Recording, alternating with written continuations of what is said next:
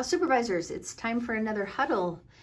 Today is 8/31/21, and we just have a bit to talk about and go over. So here's our new huddle.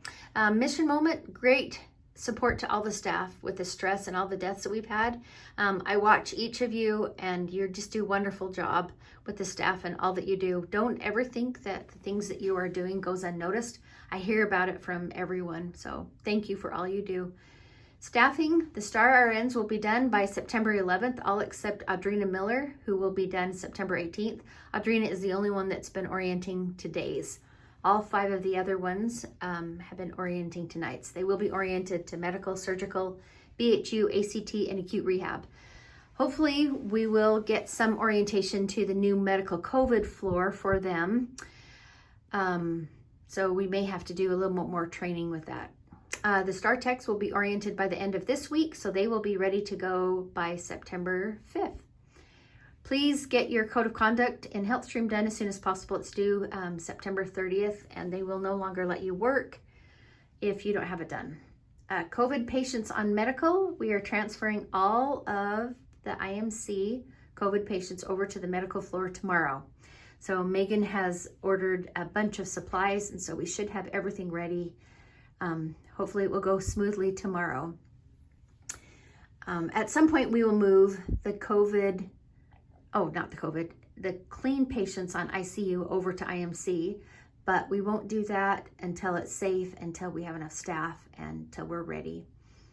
So the house supervisor role in the new medical COVID floor will be basically the same as the things that you're doing right now. You're going to talk to the charge nurse on medical. It could be a charge nurse from IMC, a charge nurse from medical, find out what they need from their census, how many nurses they'll need for the next shift. Go to your regular 1:30 and 13:30 staffing meetings, have the charge nurses decide who will staff the medical floor for the next shift. You, as house supervisors, can decide who will be best to charge the unit. Again, it can be an IMC charge or a medical charge. We'll do staffing the same way we do for the regular medical and IMC floors. The nurses will take 4-to-1 if they're an IMC nurse and 5-to-1 if they're a medical nurse. So the status of the patient will be decided by the doctor. The nurses will not be deciding whether the patient is a medical COVID or an IMC COVID, which is nice. It will be the doctor's job.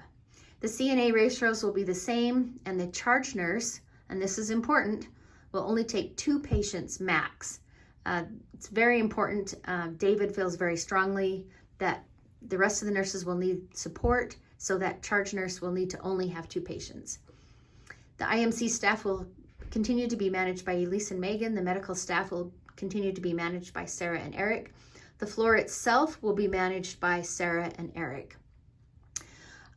Our hope is that this will bring our hospital together as we work side by side to take care of these patients. I think there's a lot of learning and growth that can go into this change. The other important thing I wanted you to know is just because we're opening up this floor, we don't want to take more patients than our staff can handle. We will staff appropriately. I hope that each one of you will be the champion of this. All of the administration team has agreed to only take as many patients as we can staff. So we still want to be safe. We still want to have our nurses be happy, and we want things to go well. If you have any questions or concerns, let me know. You can talk to Megan if you have questions for her, but we're excited for this new part. Thanks for all you do. Love you all.